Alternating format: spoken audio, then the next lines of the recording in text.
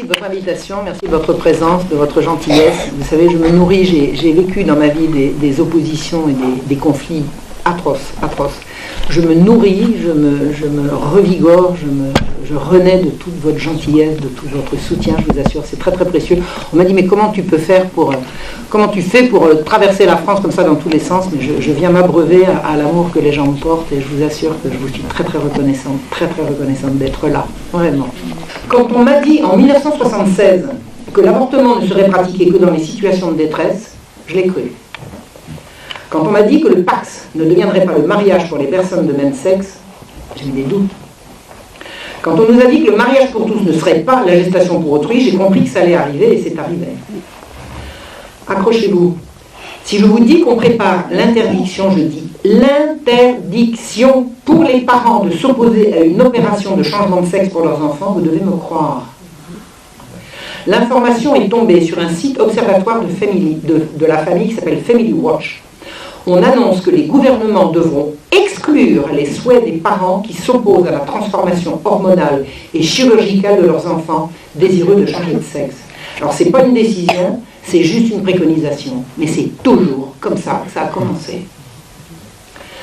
Cette information est tirée d'un journal d'éthique médicale qui s'appelle Journal of Medical Ethics, une revue professionnelle américaine qui n'a certainement pas pouvoir décisionnaire. Mais c'est toujours comme ça que ça commence.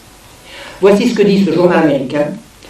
Le journal d'éthique médicale poursuivra sa pratique de longue date consistant à s'engager dans les questions moralement controversées d'une manière qui ne porte pas de jugement et vise à la discussion scientifique et critique des questions morales en médecine et en soins de santé. On va donc discuter des questions morales avec une approche scientifique et critique. L'éthique médicale semble donc un contresens, ce sera soit moral, soit médical, l'un ou l'autre.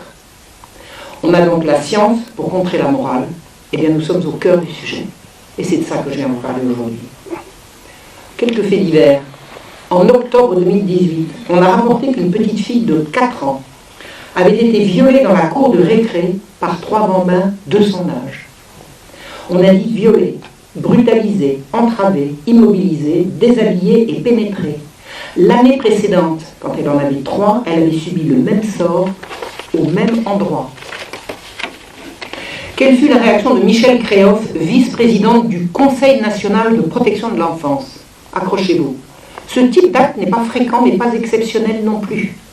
On est à l'âge des premiers émois, à un stade de développement où la curiosité émerge, notamment au niveau sensoriel et sexuel. Vous avez bien entendu, les premiers émois aujourd'hui consistent à violer ses camarades de maternelle.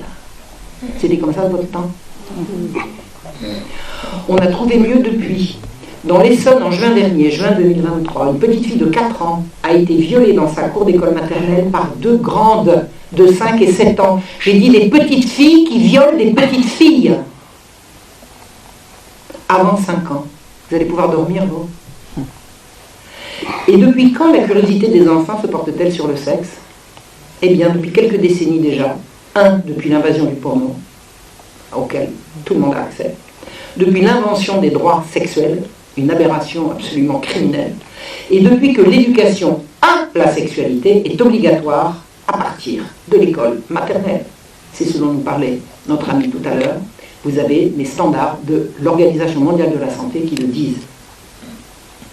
Depuis que les enfants sont sexualisés par un monstrueux programme mondial de destruction de l'enfance et de la famille. Voulez-vous encore une preuve? J'en ai des tonnes.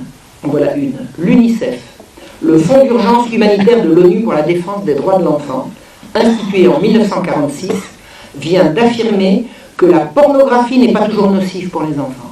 Vous avez entendu ou je répète? Je répète. L'UNICEF vient d'affirmer que la pornographie n'est pas toujours nocive pour les enfants. Comprendre. Il y a une mauvaise pornographie et une bonne. On va donc éviter la mauvaise en leur procurant la bonne. On va donc procurer de la pornographie aux enfants sur préconisation de l'UNICEF. Il faut voir les choses en face. Les grandes agences des Nations Unies font, depuis des décennies à présent, la promotion de la sexualisation des enfants dès leur plus jeune âge. Cela passe par une éducation à la sexualité obligatoire à partir de l'école maternelle. Les programmes sont explicites, ils sont disponibles à qui veut les ouvrir. Ils portent l'estampille de l'ONU, l'Organisation mondiale de la santé, l'UNICEF, l'UNESCO pour la culture et l'éducation, le Conseil économique et social des Nations Unies, l'ECOSOC, suivi par l'Europe et toutes ses instances et toutes les instances nationales, notamment en France. Et croyez-moi, on n'en manque pas. Ils font explicitement et sans ambiguïté la promotion d'une sexualité axée sur la jouissance et totalement déconnectée de la reproduction. C'est officiel. Et l'apprentissage de la masturbation dès les petites classes. Quand je dis ça à des gens, ils me disent c'est pas vrai, on a encore vérifié il y a 5 minutes, on a sorti le programme, et là il est marqué quoi? Entre 0 et 4 ans, on leur apprend à se masturber. La promotion de toutes les perversions sexuelles, sodomie en tête. La promotion de l'avortement sans le consentement des parents. L'avortement est devenu un droit de l'homme fondamental, droit de la femme évidemment, vous avez compris. La banalisation de la prostitution, ah non, la banalisation du travail du sexe. Prostitution, c'est un gros mot. Et puis putain, non, il y a des travailleuses du sexe. La marginalisation des valeurs familiales dénoncées comme contraignantes, liberticides et oppressives. Papa m'a dit non, on va le mettre en prison. Allez, rêvons. La promotion de l'adoption comme un droit. Vous savez ce que c'est que le droit d'adopter? C'est un droit sur les enfants des autres. C'est ça le droit d'adopter. La criminalisation de l'autorité parentale. On a introduit dans le droit français l'interdiction de la fessée. C'est impossible à appliquer sans un flicage des familles. Et je vais préciser encore, c'est encore plus grave que ça, ça n'est pas l'interdiction de la fessée proprement dite, c'est l'interdiction de toutes les violences physiques et psychologiques. Alors la fessée ou la gifle, admettons que c'est une violence physique, c'est quoi une violence psychologique? Violence psychologique. C'est la criminalisation de l'autorité des parents sur les enfants. On nous annonce par petites touches la fin programmée de toute décence, de toute autorité et de toute morale. C'est un renversement officiel des valeurs. On connaît les promoteurs de ces horreurs et ils ont, en France à tout le moins, une cible privilégiée, les catholiques. Et bientôt ça va être les musulmans, croyez-moi, ça se prépare. Et les réactions se préparent également. Leurs arguments séparent des oripeaux d'une science, on l'a vu tout à l'heure, c'est la science qui va contre la morale, une science fallacieuse qui affirme que le sexe est une distraction saine et que les enfants y ont droit dès leur naissance. Je répète, dès leur naissance. Tout le monde le dit désormais, c'est dans tous les programmes et c'est scientifique. Scientifique, dites-vous. C'est ce qu'affirme depuis les rapports Kinsey, c'est ce qu'on affirme depuis les rapports Kinsey publiés en 1948 et 1952 et qui sont repris ad nauseam depuis lors par tous les professionnels de l'éducation et de la santé suivant les conseils et instructions de grands malades qu'on appelle des sociologues. Kinsey n'était pas sociologue, il était entomologiste spécialiste des guêpes, mais c'est pourtant lui le père de la sexologie moderne. En France, on écoute les sexologues depuis 1968. Ça fait donc plus de 50 ans que ça dure et que ces gens-là nous font la misère. Qu'a raconté le rapport Kinsey? Alors Kinsey, monsieur avec un gros nœud papillon, une tête de bon papa, enfin on lui aurait donné le bon Dieu sans confession. Kinsey affirme dans ses rapports que la sexualité, sous n'importe quelle forme qu'elle se pratique, est toujours bénéfique. N'importe quelle forme, vous avez entendu. Il n'a donc pas d'âge pour s'y adonner. Si c'est bon pour les vieux, c'est bon pour les jeunes. Un enfant ne peut pas être victime d'un adulte avec qui il a eu un rapport sexuel. C'est la réaction de ses parents qui le trouble, pas le fait en lui-même, dont il a forcément joui. La plupart des Américains, quoi qu'ils en disent, pratiquent la sodomie à tout va, l'avortement en masse et l'adultère sans complexe. Il a sorti ça en 1948. Les Américains étaient horrifiés de l'apprendre. C'était pas du tout l'image qu'ils avaient d'eux-mêmes. La publication de ce rapport à la sortie de la Seconde Guerre mondiale a traumatisé une Amérique glorieuse, morale et fière de ses valeurs. C'est en montrant une réalité insoupçonnée qu'on a changé de paradigme et que les valeurs ont été inversées. C'est le rapport Kinsey qui a déclenché la révolution sexuelle. C'est la première gigantesque opération d'ingénierie sociale devenue totalement victorieuse puisqu'elle a gagné le monde entier.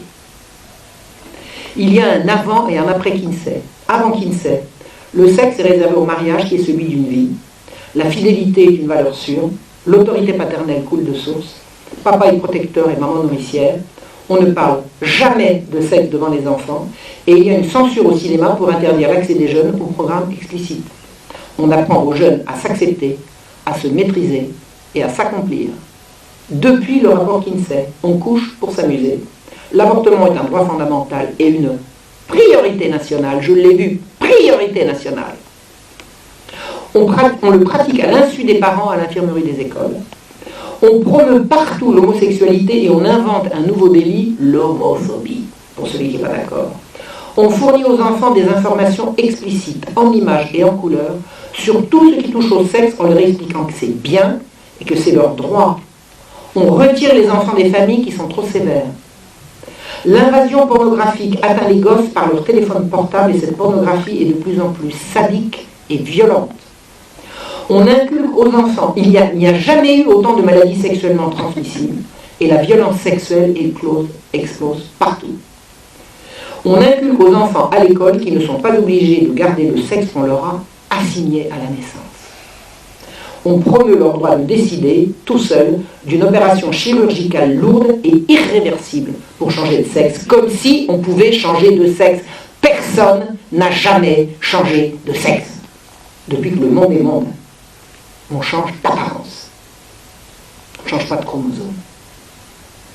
Or, il se trouve que la réalité révélée par Kinsey, dont je vous ai parlé ci-dessus, n'en était pas une. Kinsey a triché et menti. Il a inventé pour l'Amérique une sexualité débridée qui était la sienne à lui et celle des pervers dont il s'était entouré à l'université, où la fondation Rockefeller est venue le chercher pour lancer une révolution mondiale. La révolution sexuelle a été voulue, planifiée, organisée par des pervers richissimes et eugénistes dont on connaît au moins deux organisations, l'Institut Rockefeller et la CIA. Ce sont eux qui ont financé des expériences terrifiantes sur des enfants et des malheureux sans défense dans des programmes abominables d'études sur le cerveau. Kinsey était un de leurs agents. Ils ont permis à ces pseudo-recherches de changer le monde. Et ils ont réussi à cacher que Kinsey était un sadomasochiste, un menteur, un pervers, partisan d'orgies abominables auxquelles participaient son épouse et tout son staff, spécialement recrutés sur ses pratiques sexuelles déviantes. Tout Kinsey est une imposture, l'imposture sur laquelle repose tout le programme actuel de destruction de la famille promu par l'ONU et ses agences. Et en France, le 12 décembre 1975, le journaliste de l'émission Radioscopie, Jacques Chancel, recevait à 18h sur France Inter le sexologue Gilbert Torgmann, 49 ans, tout nouveau président et cofondateur de la Société française de sexologie clinique. Florilège. La sexualité, dit-il, a été jusqu'à récemment chargée d'émotions, d'interdits, de culpabilité. Et nous n'avons pas réussi à nous débarrasser de cette culpabilité et de ces émotions. Pour beaucoup, il est difficile de concevoir une science qui s'occuperait de ces problèmes intimes et qui risquerait peut-être pour certains de démystifier, de dépoétiser l'acte sexuel, ce dernier refuge de notre vie intime. Ah bon? Alors la sexologie est là pour débarrasser les relations sexuelles de la morale et des émotions. C'est lui qui le dit, hein. C'est le docteur Torgmann, j'ai réécouté la radioscopie. On promet ici une sexualité immorale et mécanique. C'est bien ce qu'elle dit. Vous comprenez comme moi. Vous savez ce qu'il chantait la même année, Guy Béard? Mes amours étaient bonnes avant que les docteurs me disent que deux hormones nous dirigent le cœur. Maintenant quand j'aime je suis content que ça ne vienne plus de mes sentiments. Qui suis-je, qui puis-je dans ce monde en litige? Maintenant quand j'aime ça vient plus de mes sentiments. La science l'a dit. Ah bon? Ça vient de quoi? C'est de la science du sexe, la sexologie. La toute nouvelle Société française de sexologie clinique allait délivrer des formations diplômantes à Paris 7 notamment. Donc la Société française dont Gilbert Torgmann était un des cofondateurs. Gilbert Torgmann a publié quantité de livres. Voici la liste qu'en dit Wikipédia. Encyclopédie de la vie sexuelle, de la physiologie à la psychologie, 1973. Comment comprendre et vaincre sa dépression, par rapport avec le sexe, admettons, en 1981. La femme et son plaisir en 86. Alors moi j'adore quand un type vient m'expliquer mon plaisir. Vous, je sais pas. Enfin bref. Je n'ai pas acheté le livre. Je sais pas aller voir. Et la frigidité féminine et son traitement. C'est pas beau ça. Oh, merci docteur. Alors attention, je vous signale qu'il y a 2 autres livres qu'on ne trouve pas sur la liste Wikipédia. Ah, pourquoi ça? Mais par contre, je les ai trouvés sur le catalogue de la médiathèque de Bourges. Tenez-vous bien, La vie sexuelle pour les 6-9 ans. 1985, Fernand Maton. La vie sexuelle pour les 10-13 ans, la même année. Pourquoi c'est pas sur Wikipédia, en fait? Hein? On se demande. Comme tous ses pairs, Gilbert Torgmann validait donc la sexualisation des enfants à l'école. Et Wikipédia a jugé bon de ne pas le dire. C'est Wikipédia. Il n'y a donc plus de morale ni d'émotion. C'est de la science. Comme tous ses pairs, Gilbert Torgmann se référait donc aux découvertes de Kinsey. Gilbert Torgmann fut affectueusement surnommé le pape de la sexologie française. Ben, figurez-vous qu'il est tombé pour viol en 2002. Viol de ses patientes. Les charges contre lui étaient telles que même avant son procès, il lui fut opposé une interdiction d'exercer. C'est-à-dire qu'on a commencé par le mettre en prison. Vous savez qu'on est toujours présumé innocent. Hein. Ben, lui, il était présumé innocent, mais mis en prison quand même, pour pas qu'il continue. 7 plaignantes et 33 témoins sont venus raconter comment au cours de ces très scientifiques consultations, toutes dénuées d'interdits obsolètes et d'émotions superfétatoires, abusant de son autorité, il avait joui de ses patientes qui, sidérées, avaient enfoui leur malaise sous la honte et le silence. C'est comme ça que ça se passe, c'est comme ça que ça marche. Pour certaines, les ravages furent tels qu'elles décidèrent de porter plainte. Le bon docteur se justifia, je le cite, « Entre gestes diagnostiques ou thérapeutiques et gestes sexuels ou interprétés comme tels, la limite peut être difficile à trancher pour quelques patientes fragilisées et endoctrinées. » Les examens que nous pratiquons chez ceux qui nous consultent sont, pour un dysfonctionnement sexuel, conservent un caractère strictement médical. On n'avait donc pas affaire à des... Alors, fin de citation, on n'avait donc pas affaire à des victimes, à des imbéciles endoctrinés qui prenaient un brillant sexologue pour un sale cochon. Des idiotes, des idiotes. L'affaire fit grand bruit, et les plaintes se mirent à tomber par 7, après c'est tombé par dizaines. Et les gendarmes débarquèrent un jour chez le bon docteur et l'ont conduit à Fresnes. Il sera dit que les plaignantes avaient toutes en commun d'avoir subi des abus pendant leur enfance. Ça veut dire quoi? Elles étaient toutes d'une particulière fragilité. C'est bien, monsieur le sexologue. Ça, c'est du médecin. Gilbert Torgmann est mort en 2009, avant son jugement. Il n'a pas été jugé, il est mort avant. Il était âgé de 81 ans. Il avait fait pendant près de 30 ans une brillante carrière de médecin du sexe, de sexologue. Vous allez dire que moi, si on avait pu savoir, si on avait pu savoir, ben je vais vous raconter une anecdote, je l'ai déjà racontée, je vous assure qu'elle me tient à cœur. Elle me tient à cœur, je vous la redis, enfin je vous la dis à vous, je la redis pour ceux qui ont déjà entendu. En 1969, il était déjà sexologue, mais pas encore le pape en la matière. Et il est venu dans mon lycée faire une conférence d'éducation sexuelle. Mai 68 était passé par là. Alors mai 68 passe, et septembre, octobre ou novembre 68, hop, conférence sur la sexualité par le bon docteur Torgmann à la médiathèque du lycée. Il était doux et souriant, il nous inspira confiance, et il parla de ce dont nous rêvions sans le faire. Ben oui, à cette époque-là, on rêvait de l'amour, mais on ne le faisait pas. On ne le faisait pas encore. Et il nous projeta des photos et des dessins explicites. Alors on était tous bouche bée. On a vu des sexes, des trucs. Moi, j'avais jamais vu de sexe, hein. Je ne savais pas à quoi ça ressemblait. J'avais pas de frère, donc... voilà. Et il avait son cabinet de gynécologie juste en face du lycée, au-dessus du café où nous faisions le monde après la classe. C'est-à-dire qu'il y avait le boulevard à traverser, et au-dessus du café où on allait le soir, toc, il y avait la plaque Gilbert Torgmann, gynécologue. Et nous, on savait qu'en plus, sexologue. Et il avait dit, si vous avez des problèmes dont vous voulez parler... Bon, alors moi, j'avais pas de problème sexuel, parce que j'étais vierge et mon amour également, donc j'avais pas de problème sexuel, mais j'ai été harcelée, battue, traitée de sale pute et fouettée par un père déchaîné, et je cherchais désespérément et éperdument un adulte à qui confier ma détresse. J'étais désespérée. J'étais désespérée de ce que je vivais. Et j'ai cru que le bon docteur allait être celui-là, c'est ce qu'il avait laissé entendre. Il n'avait pas dit si j'avais des problèmes sexuels, il dit si vous voulez parler. J'ai donc sonné chez lui un soir après les cours. Le bon docteur Torgmann, après s'être assuré de ma fragilité et de ma détresse, m'a plaqué contre le mur pour m'embrasser en m'empoignant les seins. Alors j'ai repoussé d'une ruade, je suis grande, vous avez peut-être remarqué, donc il n'a pas insisté, il n'était pas grand, j'ai réussi, il ne m'a pas violé, il n'a même pas essayé, il a quand même essayé de m'embrasser et il m'a blotté salement. J'étais suffoquée, indignée, trahie, furieuse, et j'ai juré qu'il n'emporterait pas en paradis. Je suis retourné le voir en compagnie de mon amoureux, qui fut grandiose. Ça c'est un des grands souvenirs de cette période atroce. C'était un jeune ouvrier seulement, âgé de 18 ans comme moi, une belle baraque d'1,90 m qui lui a passé un savon comme un gamin. L'autre, il était de plus de 20 ans son aîné, et il était fort de sa position sociale, il a bredouillé des excuses complètement crétines en regardant ses pieds rouges comme une pivoine. Alors, pour la petite histoire, l'amour en question, je l'ai retrouvé il n'y a pas longtemps. Il y a des beaux j'ai quelques bons souvenirs de ma jeunesse quand même. Ensuite, j'ai prévenu ma mère. Et ma mère, elle a prévenu qui il fallait.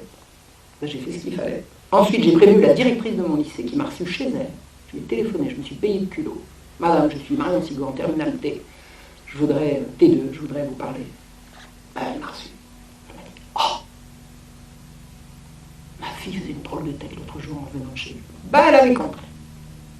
Et ensuite, j'ai prévenu le planning familial. Comment? Alors, le planning familial, on ne fréquentait pas, mais il y avait une gynécologue dans mon quartier qui s'appelait Madame Boutet de Monvel, qui était au planning familial et avec laquelle ma mère entretenait des relations de voisinage. Donc j'ai téléphoné à Madame Boutet de Monvel, c'était le planning familial qui nous avait envoyé le docteur Tangman. Donc écoutez, en décembre 1969, tout le monde était prévenu. Les parents d'élèves, le lycée, l'éducation nationale, le planning familial. Et ils ont fait quoi? Rien. Rien. Tout le monde savait, 5 ans avant la création de l'Institut français de sexologie, qui s'y vit toujours, que le docteur Torchman était un prédateur qui avait une préférence pour les femmes ou les jeunes filles en grande souffrance. C'était mon cas. Je suis arrivé en larmes. Je suis ressorti, j'avais la fumée qui me sortait des naseaux. Et il aurait pu, avant même de devenir le pape de la sexologie française, se faire radier de l'ordre des médecins et même mettre en prison. L'éducation nationale, l'ordre des médecins ont couvert et laissé faire. Moi j'appelle ça la trahison des élites. 1969. La trahison des élites a été mise à jour par Madame Judith Reisman. Elle est née aux USA en 1935, de parents juifs de gauche, également natifs américains. Donc elle, née en Amérique, de parents, père et mère, tous les deux nés en Amérique. Elle a vécu une jeunesse heureuse et sans histoire. À l'âge de 32 ans, elle a appris que sa fille aînée, Jenny, qui avait 11 ans, était violée depuis ses 10 ans, c'est-à-dire depuis 1 an, par le voisin du dessus, qui était âgé de 13 ans. Et qui lisait Playboy. Elle a appris d'un seul coup, d'un seul, que sa fille était violée et que les enfants violaient les enfants. Judith est tombée d'un seul coup dans le monde de fous créé par Alfred Kinsey.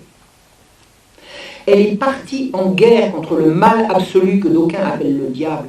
Il y a des gens qui disent le diable, ça en choque d'autres, mais trouve un autre mot. Le mal absolu, je sais pas, le diable ça me va, pas la peine qu'il ait des cornes. Le mal en action, ça suffit à le définir. Et Judith est partie en guerre et elle ne lâcherait jamais. Elle a découvert, c'est elle qui a découvert que les rapports Kinsey étaient tous bidonnés. Les statistiques sur les avortements concernaient des prostituées. Vous faites des statistiques sur les avortements, vous mettez moitié de prostituées dans le panel et vous dites voilà combien d'Américaines avortent sur 100. Vous vous rendez compte? C'est totalement bidonné. Il a prétendu qu'un homme sur 10 pratiquait la sodomie et que 1 sur 3 avait essayé. Auprès de qui a-t-il fait son enquête? Il a mené son enquête pendant la guerre. Les hommes valides étaient en Europe. Alors il est allé interviewer qui? Il s'est rabattu sur ce qu'il a trouvé. Et il est allé notamment enquêter dans les prisons et dans les bars gays. Alors, imagine-t-on le sérieux de la statistique? Faire une enquête sur les pratiques sodomiques dans une prison, je ne sais pas si ça va vous donner quelque chose sur la nature de l'Américain moyen. C'est cette enquête qui a déclenché le mouvement gay, qui n'a jamais fait lui depuis et qui s'est toujours réclamé de lui. Le mouvement LGBT se réclame d'Alfred Kinsey et de son rapport. Des statistiques sérieuses établies depuis, ça je me réfère toujours à ce qu'a dit Judith Reisman, donnent en fait un chiffre maximum de 3% d'homosexuels sur une population donnée. Kinsey a mélangé les chiffres établis auprès de prostituées à ceux de mères de famille pour évoquer la fidélité féminine. Vous imaginez, on va enquêter sur la fidélité féminine et on va mettre 5 prostituées avec 5 ménagères. Il a interrogé les prisonniers pour crimes sexuels afin d'élaborer un tableau des pratiques sexuelles courantes. Les rapports Kinsey sont une imposture, un mensonge planétaire et un crime d'une ampleur sans précédent. Les médias aux ordres, les agences de l'ONU, tous les programmes, la CIA et tous les gouvernements, la CIA et tous ceux qui lui sont soumis ont relayé l'imposture et l'université a pris le relais et passé le témoin. La mystification est totale. Elle s'articule autour du pire des mensonges de Kinsey, celui qui dit que les enfants sont sexuels dès la naissance. En 1981, Judith Reisman rejoignit ses enfants qui vivaient en Israël. Elle venait de divorcer. Ses filles étaient parties, elle avait 4 filles. Ses 3 grandes filles, puisqu'il en avait perdu une, sont parties vivre en Israël et elle a décidé, elle a pris ses paquets, elle est partie s'inscrire à l'université de Haïfa pour faire de la recherche. Alors en Israël, on peut faire ses études en anglais, il faut le savoir. Elle ne pipait pas un mot d'hébreu, Judith Reisman, j'en ai parlé avec elle, elle ne pipait pas un mot d'hébreu, mais elle pouvait faire ses études en anglais, elle pouvait faire ses recherches en anglais à l'université de Haïfa. Donc, elle avait passé, une fois qu'elle a eu découvert l'horreur du rapport Kinsey, pour pouvoir être utile, elle a décidé d'abandonner son métier et de faire un doctorat en communication. Donc elle est partie forte d'un doctorat. Elle est PhD, comme on dit en anglais. Donc elle est docteur en communication. Donc elle voulait faire des recherches. Elle avait lu des centaines d'articles et de livres sur Kinsey et ses découvertes, et elle s'était focalisée sur un tableau faisant état des observations d'orgasmes chez des enfants âgés de quelques mois à la fin de l'enfance. C'est-à-dire que Judith Reisman a lu et relu le rapport les 2 rapports Kinsey sont l'un la sexualité des hommes, la sexualité masculine, et l'autre la sexualité féminine. Dans le rapport sur la sexualité masculine paru en 1948, il y a au milieu un rapport qui relate les orgasmes des enfants de quelques mois à 14 ans. Et là, Judith a lu, relu et relu, et elle n'en croit pas ses yeux. Et elle lui demande comment ils ont fait pour provoquer des orgasmes qu'ils ont dûment chronométrer, tous ces scientifiques du sexe, là. Ils disent des enfants, ils chronomètrent tant d'orgasmes, en tant de minutes, etc. Mais vous avez fait comment? C'est quoi? Réponse du docteur Gebhardt, on a utilisé des techniques orales et manuelles. Et là, Judith crois qu'elle va tomber dans les pommes. Elle me dit, mais qu'est-ce qui se passe là? Qu'est-ce que je vois? Je suis la seule à voir ce que je vois. Mais qu'est-ce qui se passe? Qu'est-ce qui a marqué là? Elle rédige un rapport explosif intitulé « Le scientifique en tant qu'agent contribuant à l'abus sexuel sur enfants, un examen préliminaire de possibles violations d'éthique ». Et elle va présenter ce rapport au 5e congrès mondial de sexologie qui se tient précisément à Jérusalem cette année-là, le 23 juin.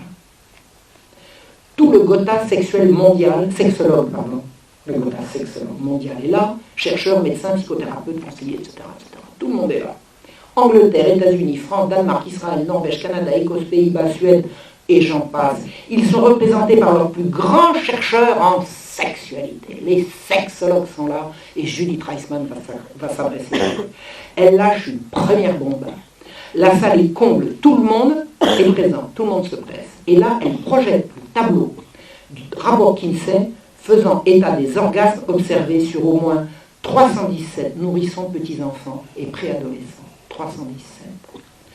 Elle précise que le rapport, alors vous avez compris, technique orale et manuelle, je ne vous fais pas un dessin, elle précise que le rapport faisait état d'évanouissement, de cris, de pleurs, de convulsions, tous répertoriés comme orgasme.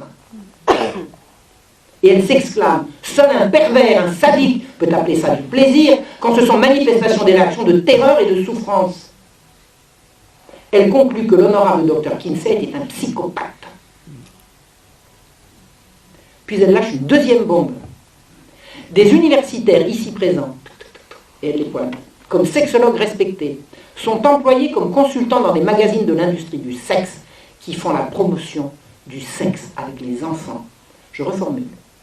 Le congrès accueillait des sexologues se rendant complices de propagande pédophile dans les magazines comme Playboy ou Penthouse. Ils y parlaient de sexe intergénérationnel, pour parler de pédophilie, ou de sexe en famille, pour parler de l'inceste. Ça fait plus scientifique. Le conseil d'administration du Forum Penthouse, dit Judith, se ressemble au who's-who de la sexologie, c'est-à-dire que les sexologues et les industriels du sexe siègent dans les mêmes conseils d'administration. Ça vous dit quelque chose? Et même les très sérieux Masters & Johnson, vous avez entendu parler certainement plus de Masters & Johnson que de Kinsey. Pourquoi? Parce que Kinsey, le rapport Kinsey n'est pas arrivé directement en Europe, c'est Masters & Johnson qui sont arrivés. Mais Masters & Johnson était de la bande à Kinsey. Et ils ont également été financés par Playboy. L'Institut pour la recherche sexuelle était également financé par Playboy. Et cet Institut pour la recherche sexuelle qualifie ouvertement l'inceste de variation sexuelle, au même titre que la pédophilie ou le sadomasochisme. Un évident conflit d'intérêts d'éthique scientifique, conflit d'intérêts violait l'éthique scientifique et était la source d'une désinformation active par un puissant lobby pédophile. Une telle trahison discréditait toute la communauté scientifique qui ne le dénonçait pas. Et elle a lâché ça à un congrès de sexologie. Enfin, elle a lâché son troisième scud en appelant à une enquête et à une action en direction de la défense des enfants. Je voudrais que vous écoutiez bien l'appel de Judith Reisman de 1981. Elle en a relancé un autre en ma présence. J'étais là en 2014. Écoutez bien, cet appel n'a jamais été suivi des faits, il est encore valide. Je demande instamment que tous les travaux du groupe Kinsey et de l'Institut de recherche sur le sexe soient réexaminés par un tribunal international.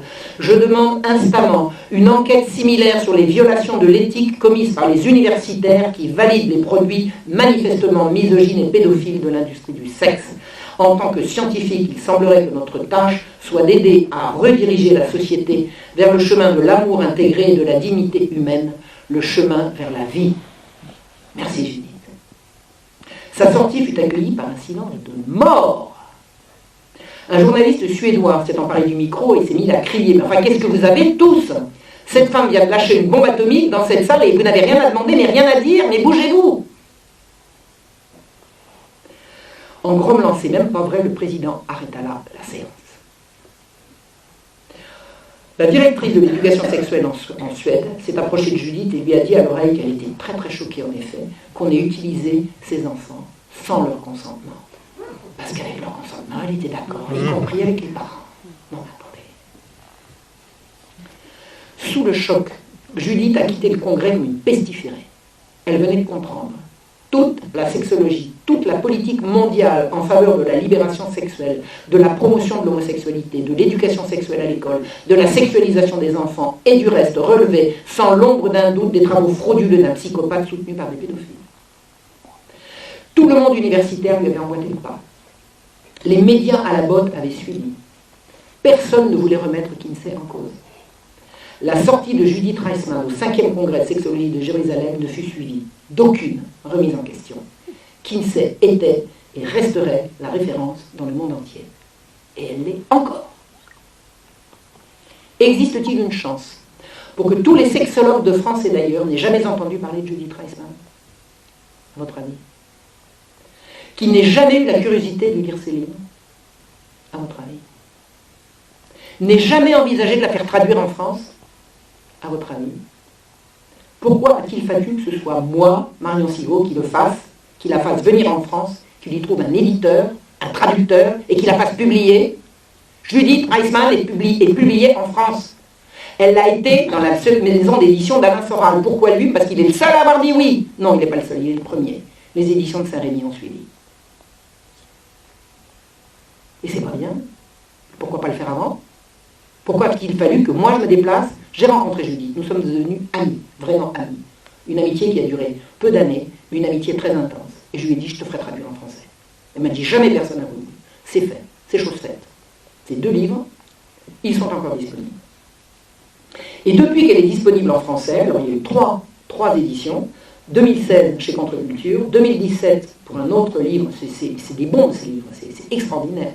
2017 aux éditions de Saint-Rémy, et 2021, c'est un texte qu'elle m'a envoyé à moi, qui faisait une centaine de pages, disons, ça serait plutôt 130 pages en format livre, que j'ai fait traduire par un pool de traducteurs, enfin on s'y est collé pendant 2-3 mois, avec des volontaires, on s'est lu, relu, enfin c'est moi qui ai fait l'édition de ce truc, et on l'a mis sur la toile. Donc, les travaux de Judith Reisman sont disponibles en français à l'heure actuelle, quoi qu'on en dise. Et depuis ça, combien avez-vous entendu de ces éminents sexologues qui se sont exprimés sur le sujet? On attend toujours. Alors tout ça, ça a donné la révolution sexuelle mondiale. Alors c'est quoi la révolution sexuelle mondiale? Eh bien, c'est le sexe sans valeur, sans interdit, sans émotion. Le sexe à la Kinsey, qui veut faire tomber toutes les barrières interdisant le sexe avec les enfants. Et le sexe aux enfants. La révolution sexuelle est, de toute évidence, financée par l'Institut Rockefeller aux moyens illimités. Ça a été promu dans le monde entier par la CIA et une presse aux ordres. Alors, je vais vous expliquer ce que c'est qu'une presse aux ordres au lendemain de la guerre, de la Seconde Guerre mondiale. Pendant toute la Seconde Guerre mondiale, un certain Friedrich von Balusek, un Allemand, abusa de quantité d'enfants dans un camp de concentration polonais, dont il était le directeur. L'affaire fut révélée en 1957, c'est-à-dire au lendemain de la guerre, personne n'a rien su. En 1957, le même Friedrich von Balusek a violé et tué une petite fille de 11 ans. Il y a eu un procès qui a fait découvrir tous les crimes qu'il avait commis pendant la guerre, pendant qu'il dirigeait un camp de concentration en Pologne.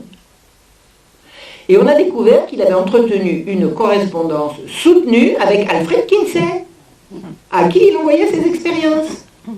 Vous comprenez comment Alfred Kinsey sait que les enfants jouissent? Parce qu'un pédophile dans un camp de concentration lui explique. C'est pas une source, ça? C'est pas de l'information, c'est pas de la science, ça? Eh bien, alors que la presse allemande s'est soulevée d'indignation en découvrant la collusion entre le pédophile nazi et le chercheur américain connu comme le Loup Blanc, la presse américaine a réussi à ne pas en souffler mot et elle a continué comme devant à promouvoir le bon docteur. Pas beau la liberté de la presse. Cette révolution sexuelle est justifiée par toutes les agences de l'ONU. L'OMS, au titre de la santé sexuelle, l'Organisation mondiale de la santé, elle promeut la santé sexuelle pour tous. Vous jouissez bien, vous êtes en bonne santé sexuelle. Puis prouvez-moi que vous jouissez bien. Excusez-moi, mais la science, c'est ce qui est reproductible. Je ne sais pas qui est-ce qui peut observer. C'est ahurissant. C'est ahurissant. L'UNESCO pour l'éducation et la sexualité dès le berceau. L'éducation à la sexualité dès le berceau. L'UNICEF, comme je vous ai dit, pour promouvoir la pornographie pour les enfants. Et enfin, le Conseil économique et social qui donne à l'Institut Kinsey un statut consultatif depuis juin 2014. Le planning familial, qui est une organisation américaine, qui promeut tous azimuts l'avortement dont il fait un juteux trafic d'organes et de collagène. Collagène, des produits de beauté. Les fœtus, ça rapporte, ça paye.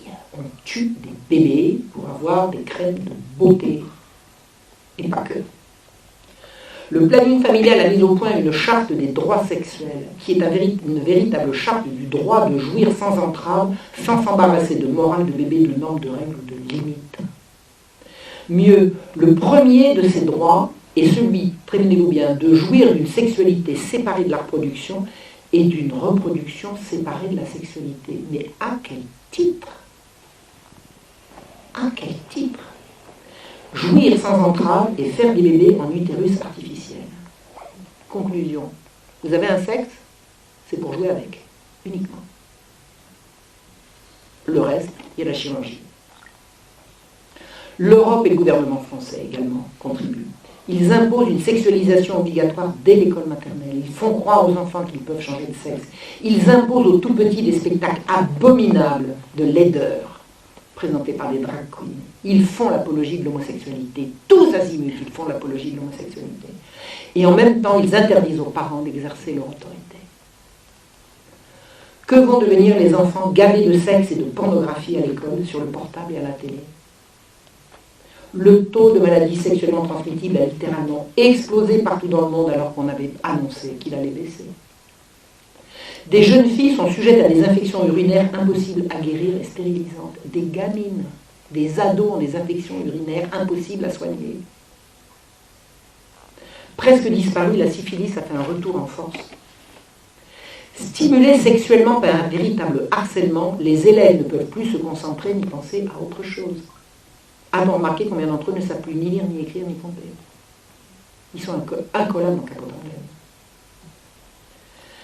Eh bien, c'est depuis que le sexe a fait son entrée à l'école. Il y a une explosion de maladies, de crimes sexuels et de désespoir chez les jeunes. Les naissances hors mariage ont explosé. La pornographie a explosé. Elle est de plus en plus violente, sadique et meurtrière. Les avortements se font en douce à l'infirmerie de l'école. Des enfants violent des enfants.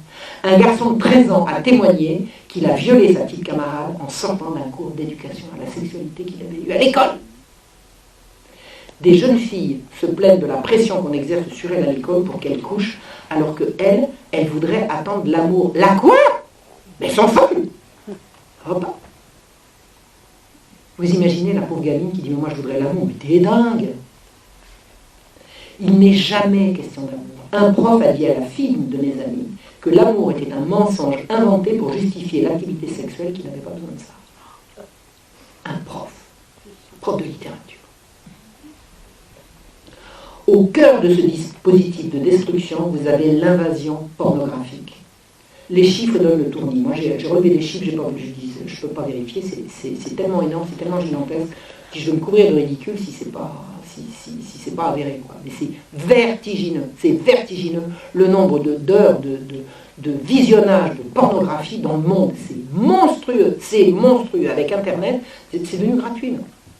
C'est devenu gratuit. Avant, on payait pour avoir du porno, maintenant, avec les systèmes de visionnage qui entraînent les visionnages, c'est payé par la publicité, donc c'est gratuit, c'est partout. La conséquence directe de cette invasion pornographique, c'est une vague inouïe d'impuissance.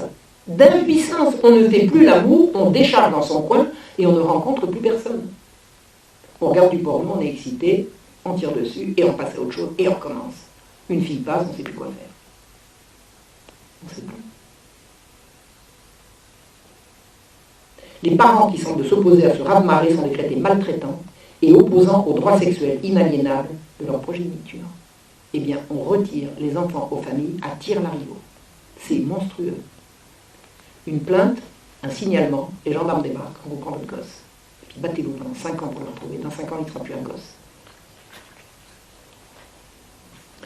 Judith a fait des recherches sur le cerveau qui montrent que le cerveau d'un humain n'atteint sa maturité qu'après 20 ans. Elle n'a pas fait des recherches sur le cerveau, elle a lu quantité de recherches sur le cerveau.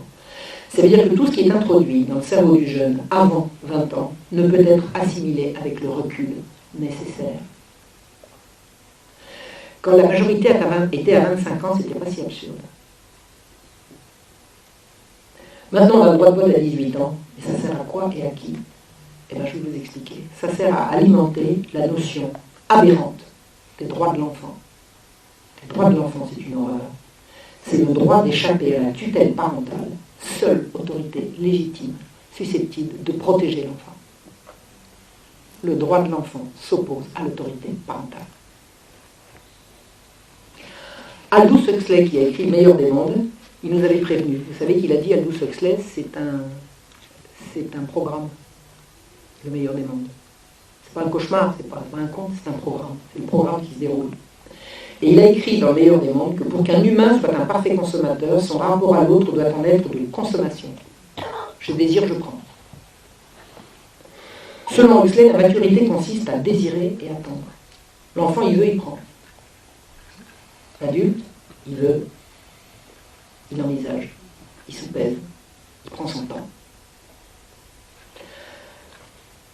La maturité consiste donc à désirer et à attendre, et la passion s'éveille alors et donne une signification à l'acte sexuel. Afin de rendre la passion impossible, il faut réduire l'intervalle entre l'apparition du désir et sa satisfaction.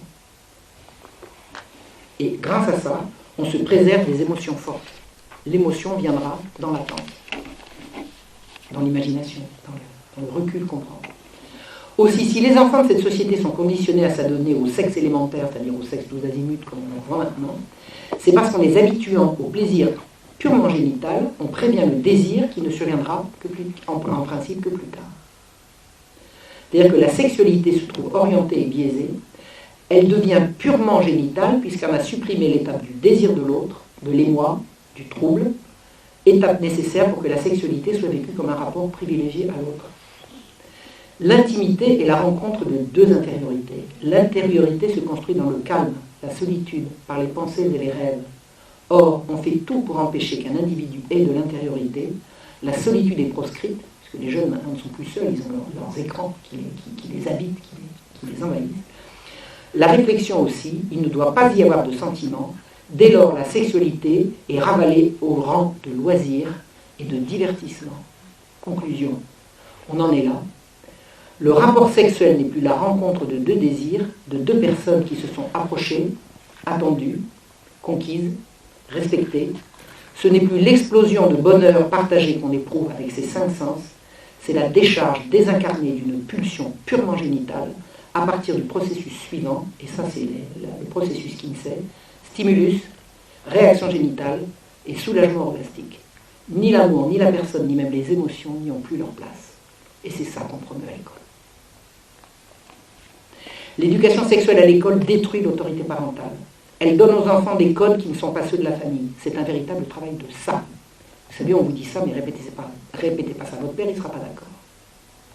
Comment vous faites pour supporter une telle dissonance? C'est épouvantable. Si les enfants ont droit au sexe, à la jouissance sans frein, les interdits parentaux sont vécus comme un abus de droit. Des plaintes contre les parents vont être considérées recevables.